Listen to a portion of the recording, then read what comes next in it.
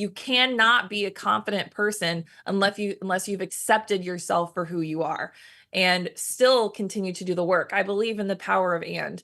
I can accept myself and that these are the things that I live with and still do the work to improve. It does not have to be one or the other. Welcome to the Confident Podcast. I am Lisa Tarkington, your guide to mastering confidence and leadership. As a business and life coach, keynote speaker, and the driving force behind LEAD, I am here to help you break free from self-doubt, silence the imposter syndrome, and step into your power as the person you're meant to be. If you press play today, it's because you're ready for something bigger. Each week, I'll bring you real, raw conversations and actionable insights that will empower you to redefine your leadership, reclaim your confidence, and transform into the unstoppable force you've always known that you could be. This isn't just another podcast. It's a journey we're on together. So buckle up and let's dive into this transformation. Your next level awaits. Hey, everybody. Welcome back for another episode of the Confident Podcast. I am your host, Lisa Tarkington, and I just have to say I'm in Michigan. This is where I reside, and it is fall, or it's starting to be fall here, and it is beautiful. It's a beautiful time. It's one of my favorite seasons, but I also look at the seasons in Michigan and anywhere else as times of looking at new chapters and new seasons in life. And, sometimes it's really, really hard for us to close out a season. I know that we are always so sad here in Michigan when our summers are done, but I also feel very excited about putting on some warmer clothes, having soup, and watching football. And so I say all of that to say, when we look at the seasons of just fall, winter, spring, summer, we also have to look at seasons and chapters of our lives. And so maybe in your life right now, you are going through a chapter. Maybe you are going through a season, and maybe you're just really, really ready for a new season, a new chapter in your life. And I am too, right? I talk to you guys a lot about things that I go through in my own life, and I'm evolving. Things are changing, and I'm really excited for this new season of my life. I'm really looking at fall as this new season. I'm also excited for fall because I will be celebrating my 1 year with my husband, which is so crazy to think that I've been married for almost a year. And I feel like it was just yesterday I was telling you all about getting married and about me changing my last name and all of the changes I was going through and transitions. But I think the really cool thing about thinking about that too is I went through a seasonal change about a year ago. I went through some seasonal changes in March I had shared with you guys, and now I'm ready for a new seasonal change, which I'll share with you guys about on a later podcast. So make sure that you continue to subscribe and follow us so that you can stay involved. And, when you think about change and seasons, I also look at the business. I look at how many of you guys I have taken on as coaching clients. So thank you for working with me. I love all the feedback that I've gotten on this podcast and the stories that you want to hear. I also am really excited to take our Lead Within membership platform to the next level. So we are starting our Lead Within series. It's a workshop series, and we're taking 56 people through it this fall. I'm so excited. I'm so excited to share more about some free things that we're going to be giving out along with our other features. And watching and knowing that these individuals are going to be having life-changing moments gets me so excited, because there's nothing more that I love than watching people make positive changes into their lives. And that kind of transitions into the conversation of today, which is really about being proactive versus reactive to our lives, taking charge of what we want and knowing that we are the owners of this life that we have. And we can't look to everybody else to be the leaders of it. And I had a great conversation today, and I'm so excited for you guys to tune in, because I am not on this podcast alone. I'm speaking with Brittany Richmond today on the podcast. She is amazing. She's a dynamic mental health expert who dedicates her career to ending the stigma around mental health. She also has a book called Lies My Anxiety Has Told Me. And I will tell you, she shares in this podcast some details about it, but please go check out that book as well, because she is full of knowledge and expertise in this field. And I'm excited for all of you guys to walk away with not only maybe some stories that resonate with you, but also some tools that you can utilize in your life. So we're going to dive in here in a second, but remember, I'm always here to help you. If you're interested in getting more involved, if you want some one-on-one coaching, if you want some feedback on something, I'm happy to help you. So DM me at Lisa Tarkington Official on Instagram, and I will support you along the way. So let's dive into today's conversation to help you guys really take charge of your own life.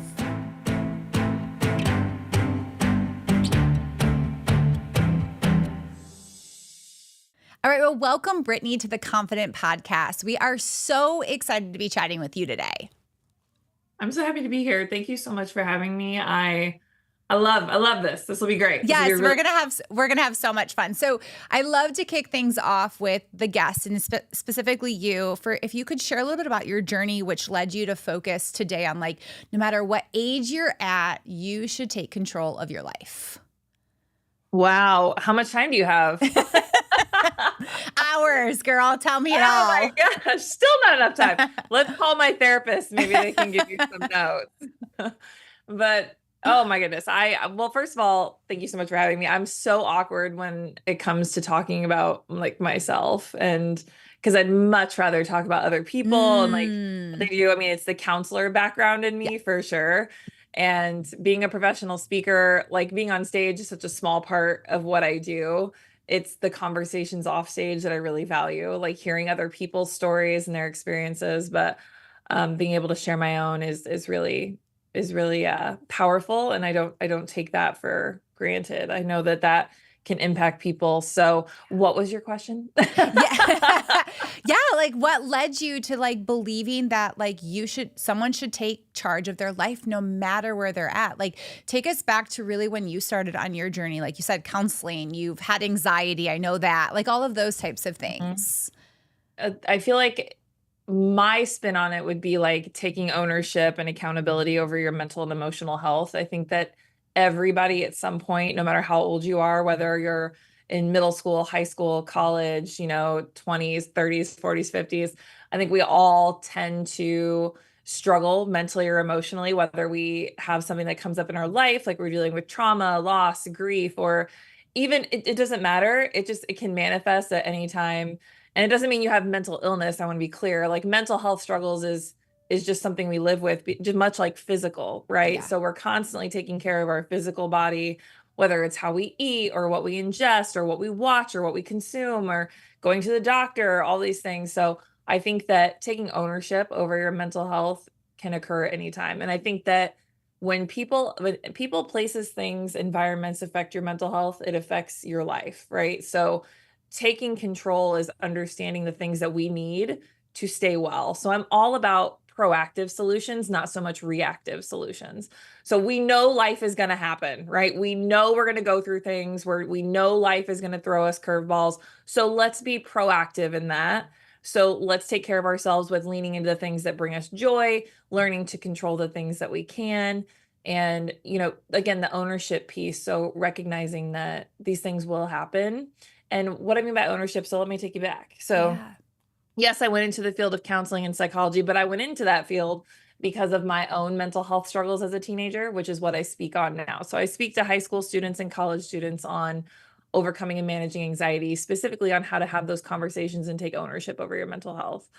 So I went into the field and I realized that, as a licensed mental health professional, you can't talk about your own mental health struggles with clients or patients. It's considered unethical, which is fine. I totally respect the licensure. I'm sure some counselors or therapists are hearing this and going, oh my gosh, yes, it's just part of the process. But I thought there's just got to be a better way to connect with people by being vulnerable and honest and open and saying, hey, me too, like, this happened to me. This is what I did. And that kind of connection, because I feel like when I was young, I really just needed someone to stand in front of me and say that they had been through what I'd been through and they made it through to the other side, right? Like, you made it through to the other side. And that, I feel like, would have made all the difference. And so that's why I went into the field and eventually stepped into public speaking, because I wanted to impact more people with my story and then the solutions that I've done to manage and overcome my mental health struggles and how it can help them do that. So That's a lot of different directions we Love just went. it. So Love feel free to that. reel me in. Yeah, no, actually that was great. So two things that came up that you said is like, I love that you're like, we need to be proactive versus reactive, right? Like usually what we do with these cases is we wait till we're burnt out or we're waiting until that anxiety has completely taken over our lives before we do something about it. And so I think that's one of the hardest things for people is to be proactive versus reactive because they're like, well, I'm fine. I'm making it through this, right? Yes, go ahead. I know you got something to say on that. I'm fine. Oh my goodness. So I just don't accept I'm fine. So one of the things I talk about in my talks, whether I'm speaking to young people or young adults, I always challenge the audience. How many of you have ever said I'm fine, but that wasn't true? And every single hand in the audience will always go up. So one of the things I talk about, it's like how we need to push back on that. So we just can't accept I'm fine anymore because I would rather push back and it really be true that you're okay. But the reality is that you're probably not, right? There may be a solution that to this issue. So a lot of times when people are struggling mentally or emotionally, they feel alone, they feel like they don't want to burden people with their problems or nobody's going to understand. So what's the point in talking about how I feel? I mean, all of that is just lies that our mental and emotional health tell us when we're struggling. So, and it's just how can we overcome those lies? Because the more we talk about how we feel, the less power these things have over us. Because the reality is that things like that want to keep you isolated because in isolation is where they thrive, right? Yeah. Once you get in your head, it's like, oh my goodness. So, of course, it's going to try to convince you that talking to somebody serves no purpose. So when we say things like, oh, hi, how are you? Oh, I'm fine. How are you? Oh, what a cop-out answer. We've just closed the door to any sort of conversation or creating space for other people. So that's one of the things I specialize in is how to have that conversation because we can talk all day about how to manage and control depression, anxiety, and grief, and all these things that we struggle with as humans mentally and emotionally. But if we can't talk about how we feel, we can't even get to those things, right? Like Yeah. people, Yeah. we can't even get there. So, I mean, I will ask the audience then again, I'm like, how many of you agree that talking to somebody would be beneficial? Every hand goes up. And then I say, how many of you are talking to somebody? No hands go up. That's what I'm saying is like, we know it's the way, but we just don't know how to do it. So that's what I help people do. And one of the things that I help them do is have those in counseling, it's called curious questions. So it's not I don't approach it with a therapeutic technique, but it is a therapeutic technique. Curious questions. And one of the things I say when people say, well, tell me I'm fine, just push back and say, tell me more. So those are the three words that I like embed in people's brains is tell me more. It is non-intrusive. It opens a door. It allows people to go, oh my gosh, and then figure out what they want to say, right? Like it's almost like it creates this open loop that our brains have to close. So it shows somebody that you care, you're not offering advice, and it helps you work on active listening too. So it's kind of a two-folded, three-worded process. So I write about it in the book a lot. I talk about it in my talks, and we actually play this out in person because and every time when I get done speaking, I get emails and DMs all the time from people that are like, tell me more. Like people see me, they're like, tell me more. It's like my thing. And I love that because it's stuck in their heads, right? So they know when someone comes to them and they're like, oh, I'm just not feeling well or I'm fine, things are good. It's like, well, tell me more. And it's like, oh, uh, they start to really think like, what would I even say? And I push back all the time on more and more. So it's not just asking once, it's like, tell me more. And they're like, well, I just had a really rough day at school. Well, tell me more.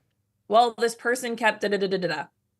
Tell me more. Like you just keep Yeah, going and you start totally. to uncover, and then people feel unburdened, which is what you really want people to feel. So And it's music to my ears because Brittany, I literally do this with all of my coaching clients, right? Like everybody that I work with, it's like, tell me more, like active listening. Like I can't even tell you how many people just go, and you know this, go through the motions, right? And we yeah, do it. We also hear people's like, it's also when you said like the how are you, I'm fine, how are you? I think we just say it, right? We Like it's do. just part of life. And I like sitting here being like, how many people have I said that to in the last month? Or, and I know that. And sometimes it's because we feel obligated to just ask that question, right? Like we do it, but we aren't looking for a longer conversation. I see that a lot with just people in general. And so like if you're that person, what should you do? Because I know for me, sometimes I just go through the emotions of asking someone that, but it's not that I don't care. I don't have the maybe time at that moment to go deeper and ask more questions. So what should someone do in that moment? I think there's a lot of things that we could possibly do in that moment. I think one of the things is just acknowledging just that. Like we need to be more forthcoming and honest with not only our end, but like this end where it's like, hey, if you want to discuss this further, let's set up a time to do it. Or, hey, I'm here for you. So when we're done here, if you want to there's so many ways to go about it. We just don't do it. Yeah. And I think on the flip side, saying, you know what, I'm not super great right now, but I will be. So thanks for asking. I mean, there's just such a nice way because then you're letting people know like things aren't super great right now, but they're going to be okay. Yeah. And even saying those things out loud, I mean, mindset and working on that ownership piece is so critical. I mean, I think sometimes people, at this point in my life, I'm 38. I mean, I am hyper aware of my mental and emotional health because of years of counseling and therapy and all the things. So I have no issues being like, I'm struggling mentally and emotionally right now. So I just need you to just chill. You know what I mean? Yes. Like, yes. I'm just like, this is what's happening. Yes. But I also can acknowledge because of, the growth that right now is not okay, but it will be. And I think that only comes, it's like a skill, right? It only comes with practice. I mean, through coaching too, like it's not one time you coach someone and like everything's done and changed and transformed. It's like consistency is key. Like consistency over time, you'll see changes. And I also want to go on record and say that I live with these things every day. And for your listeners, like I live with multiple anxiety disorders, including an impulse control disorder called trichotillomania. Funny name, not a funny disorder. It's where you pull your hair out in response to anxiety. So I still live with these things today. But I no longer suffer from them. And I think that that's the point I like to make in the book. And when I work with people is like, you don't have to suffer, that you can live with. And I think that that's really important. That's where ownership and control, because we're in so much more control than we realize. Just because we live with certain things doesn't mean it defines who we are. It's just a part of who we are.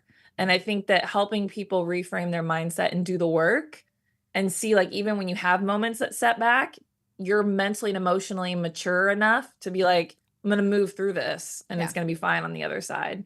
So I think that living through it every day and working through it is just, it's a powerful thing. Totally. Well, and I think the first time that you start to ask people those questions or the tell me more, or you are more vocal about what you need or anything like that, it doesn't happen overnight, right? Like I could go back to the first time I felt like I wanted to say something more. I wanted to be heard more, but I didn't have the words come out of my mouth. I thought it, right? That I went down this vicious cycle of negative emotional thoughts that just kind of had this downward spiral.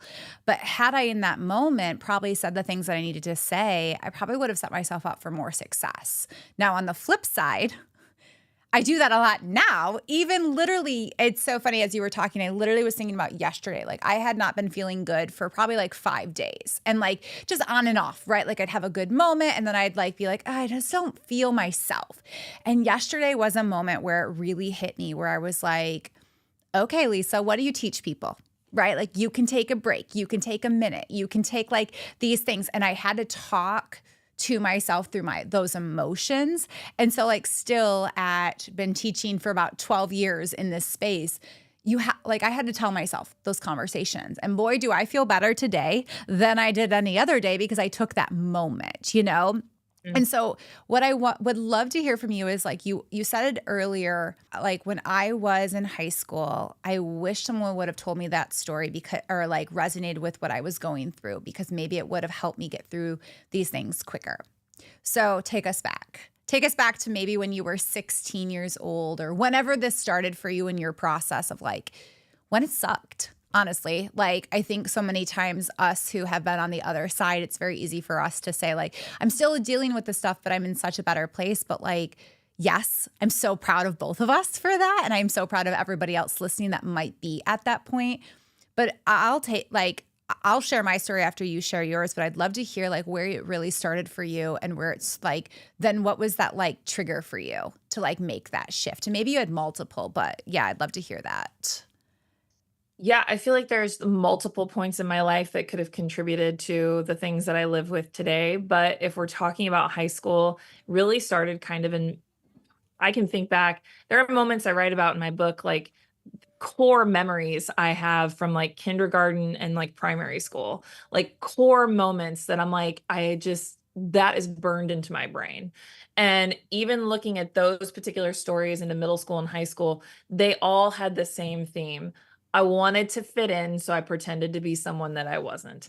And when I Mm. was rejected, it just made me engage in activities that weren't even really my personality. And it consistently built into college. So in high school, I was the model student, right? I got good grades. I was the captain of my sports teams. I did all the clubs. I was like the student that coaches and teachers and administrators were like, they're good. You give them all the responsibility. You don't monitor them. Like they're just fabulous. But I was consistently hiding behind this mask every day because I put on this facade that everything was fine, right? But when I would get home, away from all of that, what I carried was extremely, extremely heavy. And when I speak to students, I compare this to like a book bag, right? Like we carry around backpacks as students, and like just because somebody carries it well doesn't mean that it's not heavy. So I actually talk about unpacking that metaphorical book bag, and the things I carried in there were like anxiety, depression, trauma, abuse, neglect, comparisons, limitations, expectations, societal pressure, peer pressure, miscellaneous toxicity, all the things that we all Yeah. deal with. And I it just progressively got worse because I didn't know how to deal with it. And it all came to head like that transition from high school to college when you're given more freedom and more, you're meeting new people and you're adventuring into new environments and you're on your own. Well, when you're left on your own and you don't really have an identity because you spent so many years trying to fit this mold, you just continue to do that. You try to mold yourself with other people. So at this point, I was in therapy, and this is when I got my anxiety diagnosis and stuff like that. And I feel like some people, I want to challenge people listening to this, if you do go to therapy, and like for me it was relief because I knew, I was like, I had a solution now. Like I had a Yeah. pathway to healing. So I was like, now that I know what's going on, we can do better, Yeah, right? Like so totally. Yeah. so it's important. So I know some people will hear certain things and they're like, oh no, woe is me. But this is the the confident podcast, right? So I Yes. I get comments all the time when people are like, well, your confidence, I don't have your confidence. And I always push back. I'm like, it's not confidence, it's acceptance. You cannot be a confident person unless you've accepted yourself for who you are and still continue to do the work. I believe in the power of and. I can accept myself and that these are the things that I live with and still do the work to improve. Yes, both It can does be not true. have to be one or the other. And so then but like I started to develop these unhealthy coping skills in college. So like binge drinking, binge eating, promiscuity, all these things, because I did the things that made me feel better in the moment. Right. And then because I was feeling so terrible and I was like, oh, look, better dopamine release. This is great. But those things obviously progressively made me feel worse. And then I just continued to do more of them. So I gained 70 pounds in college. I was literally a hot mess express. And the photos of me at the time, like, are very, very few. It's just wild to see, like, it's just insane. And I, at one, there was like a tipping point, right? It's like my early 20s when I was like, okay, like it was one of those moments where I'm in my apartment scrolling social media, comparing myself to everybody I went to high school with that's getting jobs and getting married and doing all these things. And I am like literally struggling with every aspect of my life at this point. And so, I mean, it was really just an aha moment of like, living like this is super hard. Like just being in this constant negativity, just feeling like terrible all the time, mentally and emotionally, constantly at war with my mind. I really want to just, that's what it was. I was constantly at war with my mind. Or I could do the work. I could get back into counseling. I could start being athletic again. I could start leaning into the things that bring me joy and control the things that I can. Both of those paths are hard to do. Okay. Amen. Both of those are hard. So choose your hard, right? So you have to just choose your hard in that moment. So I chose this way, and it's a constant daily effort. And I want that to be clear. It's not a perfect process, but it is a process, but it is just about what choice you're going to make. So here we are. Amen. Well, and I resonate so much with what you were saying, right? Like, I think we can go back to all of the moments that were cringeworthy. I'm going to say cringeworthy. I look back like, oh, why did I make that decision? Oh, man, if someone like, so glad I didn't have TikTok, Instagram, and all of that when I was in high school. Oh, my gosh. Yeah. Right? Like, I think about all of that, but I think it's now where it's like, to your point, the unhealthy coping mechanisms that are that instant gratification piece, validation at that moment versus the long-term pieces. And I'll never forget when I was transitioning and really building my business, working in the, I was in corporate and working on this business to build out. And one of my friends, I was really struggling, and he's like, Lisa, you got it. I know that you're giving up your weekends of partying. I know you're giving up all of your weekends to build this. I promise you'll be worth it one day. And I was like, you don't understand. Everybody's having fun. Everybody's like finding their person. I'm single. And I laugh about that because now I'm like so happy that I did that work, but it was small progressions. I had to be okay with taking out the YOLO, like live your life right now. Like I had to like be like, this is where I want to go versus like this moment of instant validation of spending that cash that I didn't actually have. Right. Like in all of those moments, and it all goes back to like all the feels of like that you were talking about, the pressures, society, the things I was telling myself. And you said it perfectly also when you said the war that we have with our mind, right? Like I can tell you how many stories I can tell myself in a day. I can tell you how many I have in a week. And I know people listening are like, gosh, I know you're all feeling that too, right? And so here we are, like you've figured out some of the coping mechanisms. You've still have anxiety sometimes, but I'd love for you to share one thing that's kind of like comes up now that anxiety is brought up more, mental health is brought up more, is there a healthy anxiety? Is there like, is it all bad? Like, I'd love to get your thoughts on that piece too, because I think sometimes I hear a lot of teenagers say, well, I just have anxiety, but is it anxiety or is it nerves? Like and I don't even think it's teenagers. Adults feel that way too. So I'd love your thoughts on that. Yeah, I always let people know that anxiety in and of itself is a normal emotion. Like we absolutely must have it. I think of it as like your fight or flight response, right? Yeah. It's just, I mean, if there's a bear, you better be running. Yes. Like, you know what I mean? Like, yes.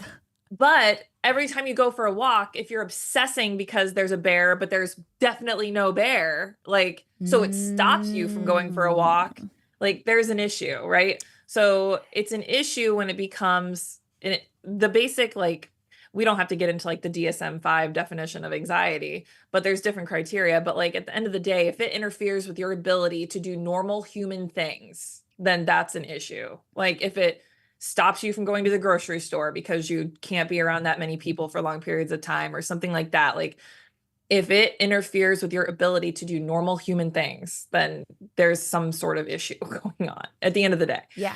And you know, your comment about teenagers, I've actually been doing some research. I've been reading this new book called The Anxious Generation by Jonathan Haidt. And it's so good because, I mean, it's a direct correlation between, you know, cell phone usage and anxiety and like the spikes that we've seen over the years. And so do I believe that, you know, sometimes we have these conversations where it's like, oh, we've all had it. We just didn't talk about it when we were young. Well, I agree to some degree. There's just more of it now, though, because of different variables that exist that didn't have it when we were younger. And so do I think that everyone went through struggles? Absolutely. And some of us, you know, still live with those struggles today. That life, you know, just life. But Do I think that these upcoming generations like Gen Z and Gen X and all these people might have it a little worse off than us? I do. There's a higher increase in anxiety, specifically depression, suicide ideation, suicide in general. Like, we're seeing just so many more numbers in young people than we ever have before. And the research has suggested that it's directly correlated to cell phone usage, whether that's social media or just constantly being connected, constantly. So it's just more prevalent now, I think. Yeah. And so it's like, what can we do as the older generations, to support this younger generation? Because the reality is they are just living in a world that we created. That is, at the end of the day, the reality. We created this world. They are living in it. How can we help them adjust with what we created? So I love that. And I'm going to take us back to the first question that I asked you too, when you shared like about taking charge of your physical and emotional well-being. I think those were your words, and correct me if I'm wrong. But so kind of to like recap a little bit and kind of take us back, because we covered a lot. I know. A little bit, like in a great way. Like, I'm like, dang, like I could go so deep on so many of these topics. Same. But like, secrets. Everybody wants to know, what's the secret? Like, what do I need to know to really take charge of this? Like, what would you say? I'm going to like give a list if you got 2 or 3, or you got no secrets and you've got some really good advice. Like, I'd love for that to be kind of your ending piece for us. Oh my gosh, secrets. I mean, at the end of the day, I believe that and it's not even a secret, but consistency will win all the time. So consistency is obviously like the number one thing. But I think like what I like to leave people with is, my anxiety is nobody else's problem but my own. Ergo, your anxiety or your depression, your mental health, all these things is nobody else's problem but yours. And I don't say that in a negative way. I say that to give you power and empowerment, as in, we need to stop expecting other people around us to adjust their life to make ours better. Or we need to stop putting on other people like, oh, you're not going to understand what I say, so like, I don't even want to, like, not friends. Like, you are in so much more control than you realize. So that's the ownership piece. Like, in my book, I even write that. And I say specifically in the book, I'm like, if that upset you, then that is something that you need to acknowledge, right? Like, you need to ask yourself, like, why did that upset me when she said that? So when I said that a few minutes ago, if that gave you some sort of physiological response, address that. That's just your body telling you like, oh, maybe we do need to start examining and looking to this ownership piece and what that looks like. And for me, I want to be very clear, for me, it was going to doctors, going to counseling, getting therapy, being on medication for a while, like trying these things like fitness and movement and, nutrition, and how can I keep myself well, so when I don't feel well, I'm better able to deal with it, so being proactive versus reactive. So the ownership piece is also identifying, what my triggers are. So, and communicating that to people, like when I need to. That's ownership too. Again, like, I don't just expect people to know how I feel. I think that's something that we do too, right? Like, you should just 100%. Know how I feel. It's like, you should read my mind. But that's part of it too. Like, why would you put that on somebody? Like, I can't read your mind, So that's what I would challenge people with, is just reframing your mindset and understanding that you have more power than you realize. You are in more control than you realize. You just have to do the work, and do the things, and you will be so much better. You'll feel so much better. And there's something really empowering about that. So, yeah, I love that. And, kind of going back to the podcast that we actually recorded, or we had go live last week, right before yours, is I talked about like, when you get uncomfortable, go deeper, go in, go like feel the feels, right? Exactly. And just also too, you brought up like, it's very easy to play victim mindset. We talked about that again on another podcast, but it's like, man, that is like so easy, but like, I'm going to go back to what you said in the beginning. Choose your heart, right? Like, I want a life that I'm proud of, that I've taken ownership for, that I can say like, I am so proud of myself for getting myself out of that, versus looking at everybody else as saying, well, you should have done that for me, right? Like, I don't want people to live that way, and nor can we expect that, right? And so love that recap. And so Brittany, just thank you so much for being on this podcast. Like Thank you super, for having super me. fun. So fun having you. And so where can people find you if they want to connect with you? Oh gosh. Well, my website is brittanyrichmond.com and I do have a LinkedIn. It's just Brittany Richmond, but LinkedIn is boring. So if you want to hang out, I'm on Instagram. It's the Brittany Richmond. So I'm around. You can find me anywhere. Awesome. And your book, where can we find your book?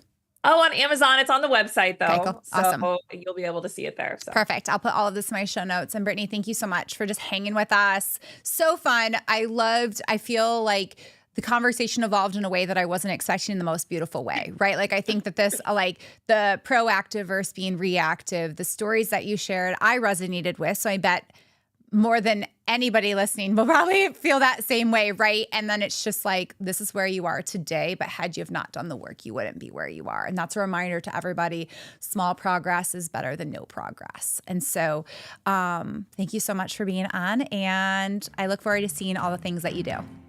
Thank you. I appreciate you.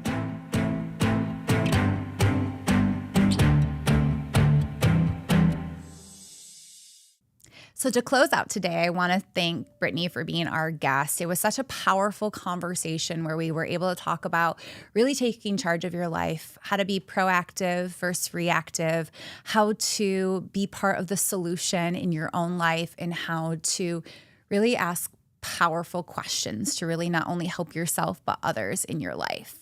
And I just wanted to say thank you also for tuning in. I love hearing from our listeners about how the stories have resonated with you, how you're utilizing the tools in your life as well. And so if anything from today resonates with you, I'd love to hear from you. So DM me at Lisa Tarkington Official on Instagram, or be sure to subscribe to us on Spotify or on YouTube so that you can stay up to date on all of our upcoming episodes, because I really want you to continue to grow, not only personally, but professionally, and be able to also just know that you aren't alone. And as you go through the process of your own journey, know that I am here to support any of you on whatever needs that you have. This is called the Confident Podcast. I want you all to be confident in the areas of your life that you are looking and longing to be stronger in. So as I always say at the end of every podcast, continue to spread love and kindness to everybody that you meet, and that includes yourself. So thanks so much for tuning in today. Thank you for joining me on this episode of the Confident Podcast. If today's episode resonated with you, head over to leadconfidently.org for today's show notes along with discounts to our services. Don't forget to hit the subscribe button, leave a review, and follow us on Instagram and YouTube at The Confident Podcast. Your feedback means the world to me, and it helps more people discover the show. And hey, if you're feeling inspired to dive deeper, let's connect. You can find me on Instagram at Lisa Tarkington Official. Drop me a message and let's explore how I can support your journey to confidence and leadership. Remember, you have the power to choose confidence every single day. Keep showing up, keep striving, and keep believing in your potential. I'm cheering you on, and I'll see you next time.